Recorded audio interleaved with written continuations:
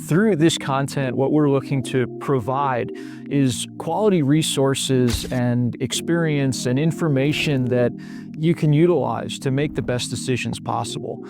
When you're working with Christian, myself, and our team here, it's not just that you're working with us. We believe that the team aspect is incredibly important, and we want to provide those resources and information available to you to set you up for success. So you're not just getting us, you're getting our years of experience. You're getting all the challenges and pitfalls that we've already overcome to help everybody get where they are today.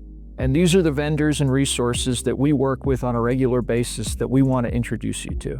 Hi everyone, this is Ben Hartman with the Hartman Demers Team at Illustrated Properties, and really excited to be here today with not only a really good friend, but a tremendous individual and a fantastic real estate attorney, Mac Ross from RossFelty real estate law firm. Having been in real estate for, gosh, I think between Christian and I, we got to combine definitely 25 plus years of experience.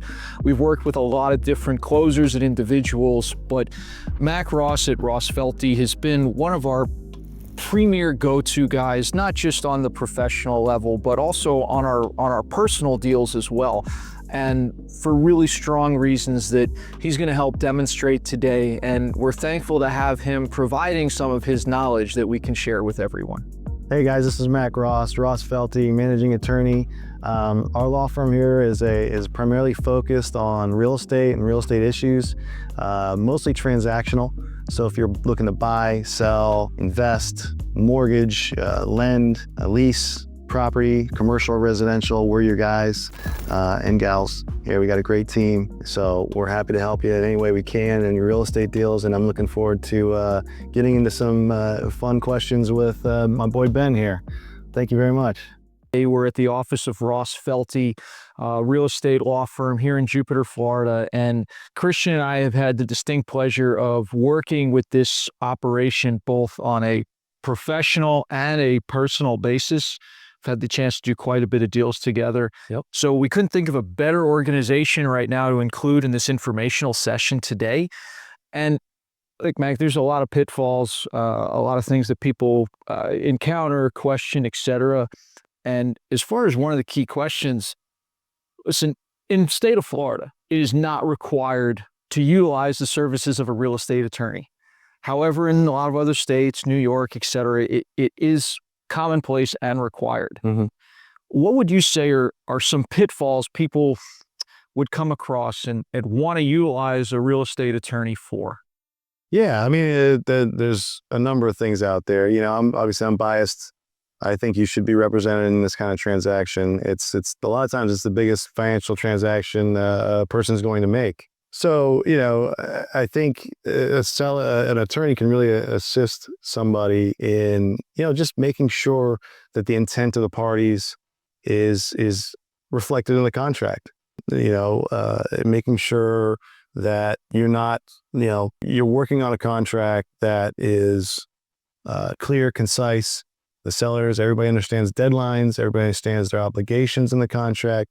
If you can start off with a good contract, you're going to be ahead of the game. So having an attorney put eyes on that or have a discussion with the client prior to, you know, we've had discussions before. Hey, Mac, I've got a buyer looking to do this. How do we word this in the contract so we make sure that my buyer's protected or my seller's protected? And that's where I think that's where our value comes in, how we can help, you know, make sure what you want to do is reflected in the contract, and then we go from there and we hold all the parties to that contract. I think that's a great point. And now you bring up another topic where now we're talking about maybe specific clauses that are put in the additional terms, and sometimes agents make cross-outs even though maybe they shouldn't. You know, what may be one of those clauses or instances that you've seen in those contracts that people really need to watch out for?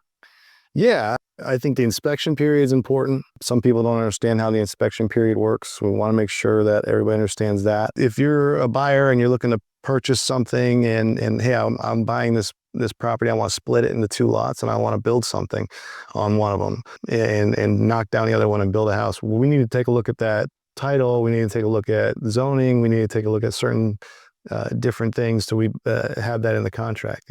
Other things to look out for are, there is no inherent obligation of a seller to close out a permit in a contract. So you want to add that language in there. And I see a comment all the time, seller will close out permits. That's good. That's a good start. So what happens if seller doesn't close them out? We want to have clear, if you have additional terms, you want to make sure we have the term of what we're trying to do. And what happens if that doesn't happen? Do we extend? Do we have negotiation of a credit? Do we have a right to terminate or a right to default somebody? You want to have your remedies clear. And that brings remedies is another thing. You want to make sure that the seller understands, hey, this is what the buyer can do if you default.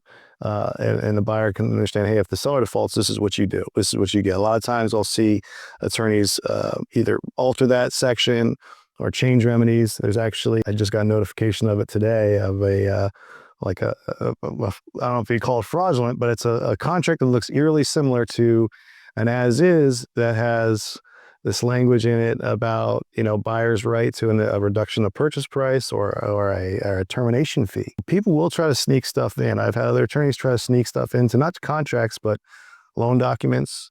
So it's important to have somebody on your side looking through that and making sure nobody's trying to slip one past the goalie, so to speak.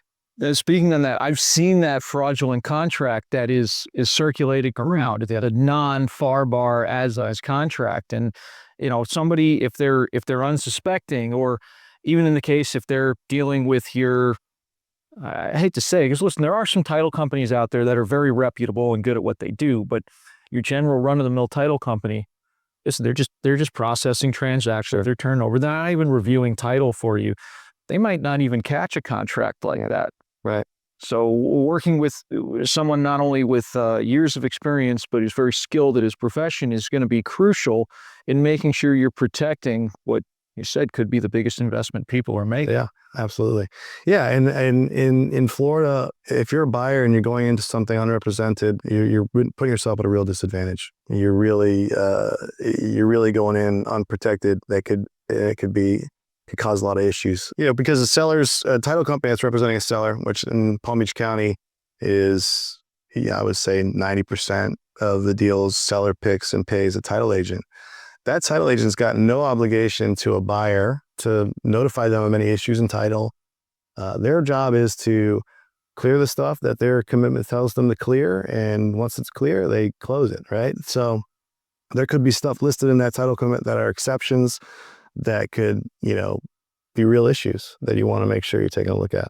Well, let's talk about title exceptions real quick, because that is a big thing. Yeah. Somebody's going to hand a buyer a title commitment, and they're looking at the Schedule B1, the Schedule B2, and they're going, what is this? This might as well be Greek to me. Sure.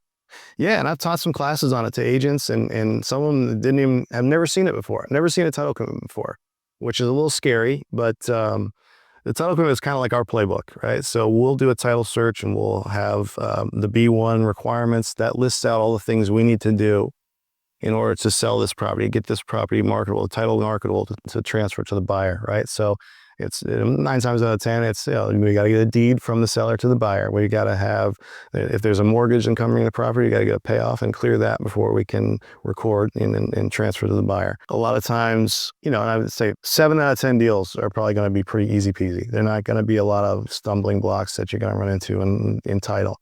But there are 3 or 4 out of 10 deals that are going to have judgments and liens on them.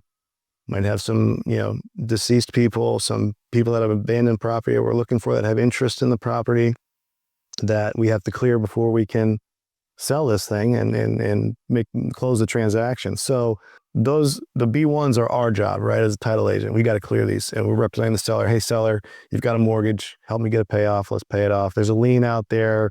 There's a notice of commencement out there. Oh yeah, I had a contractor. He was doing. I'll talk to him. We'll get it cleared up. Those things that can seem like challenges, and we've seen a lot of these things numerous times. So we've got a plan in place for most of them, where we just, okay, there's notice of commencement. We contact the seller. Can we reach out to the contractor, get the contractor affidavit, close it out?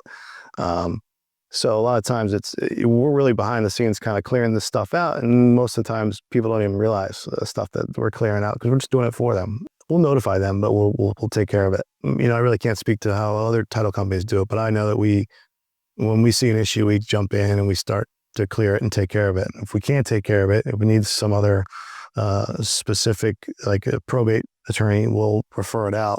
But 9 times out of 10, we'll get those things cleared. And then the B2s are exceptions, right? And those are, so when we're a title agent, we're going to hand over the commitment to the buyer and we'll say, here it is. Here's the B2s, all the exceptions on title.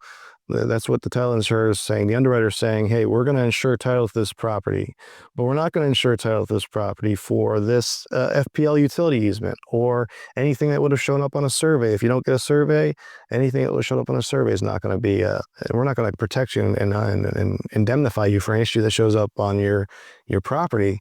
2 years down the road, you find out your neighbor's encroaching on you. Well, you could have found that out when we closed and you didn't. So we're not going to protect you from that. So you want to go through that. And that's where things like unities of title and different documents, like if you were trying to develop a property, or say you're trying to, you have a buyer that wants to lease a property. We're not going to look at unless we're representing the buyer, we're not going to look at the covenants and restrictions.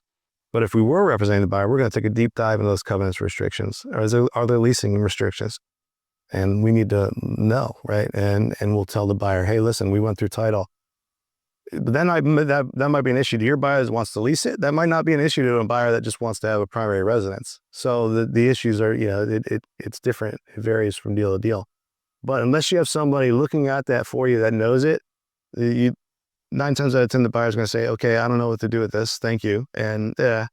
And go from there, and that's the extent of a title agent's duty to a buyer, right? My duty to a buyer if I'm representing a seller. I'm not going to step in and, say something or tell something to a buyer that it's not my duty to do. So that's why I think it's extremely important that buyers have, competent representation. That makes a tremendous amount of sense. And most people, the stigma is, all right, when you get a real estate attorney involved, they're going to start redlining here, and now there's going to be charges for this, the charges for that. They really don't know what it entails, right? But your incremental cost difference between working with someone like yourself versus your run-of-the-mill title company, we're not talking a tremendous difference here. No. But the level of service can be huge, correct? Yeah, absolutely. And that's the thing about title. It's different. Title insurance is different from like hazard insurance. You go to get a homeowner's policy, you can go to State Farm or Geico or whoever. The rates can be different at the different shops you go to, right? Title insurance is all promulgated rate. So if you have $1 million home and you're going to get $1 million policy, owner's policy, it's going to be that $5,000 policy, whether you come to our firm or you go to ABC Title Co. Where we differ sometimes in price is our settlement fee. We charge $795, and for that you get an attorney. You get Greg, our closer, who's got over 30 years of experience. You get, you get Angela, licensed title agent. Jessica has been processing and closing deals for 10 years. Yeah, so we feel we have Deb here that oversees everything, and we just brought on another processor who has been in real estate investments and foreclosures and flips. And then Kyle, who's a board certified real estate attorney of counsel with the firm still, for $795. You get all of that. I think that's a pretty darn good deal because we're going to take, and we're not, we do 25 to 30 closings a month. We're not here pumping out 100 deals a month, so we have time to really pour into and look into these deals. And that's why maybe we're not for everybody. But, I hate when, I don't want to say hate, but hate's a strong word, but I feel like a lot of people do think, hey, attorneys are going to screw the deal. We're going to lose the deal because now you get an attorney involved. We don't need attorneys. We're buddies. We're boys. We're going to make a handshake deal, man. We don't need this. Nothing's a big deal until it's a big deal. So it's all right. And, so I think getting us involved early is really going to help, right? Talk about it's a marathon. It's a race. If you're stumbling out of the gates, you're going to have a tough time catching up, right? So get us involved early. And my meter's not running. I don't, I've talked to you millions of times on the phone. We shoot, we talk about the deal, can we craft our contract? How can we put it together? And let's go from there, get us involved early so we can avoid those pitfalls, avoid those issues, and avoid those defaults. Because I can count probably on two hands, maybe, how many defaults have happened that were uncurable. We couldn't get it resolved. It's gone and went to a deposit dispute. But hundreds of other deals have had defaults that we've been able to resolve, right? Because we're there, we step in. Hey, this is what the contract says. A lot of it, people just think, we want out. We want out. Well, no, there's a contract. We have to follow it. So saying you want out is actually a default in itself. It's anticipatory breach. Telling me you're going to breach is a breach. So we've had, having an attorney there that knows that and can kind of, lay down the law, so to speak, helps. But not only that, if we have somebody that's there that can kind of help people see the forest through the trees, and you have them involved early, I think it's important. Gotcha, man. Yeah. I appreciate it.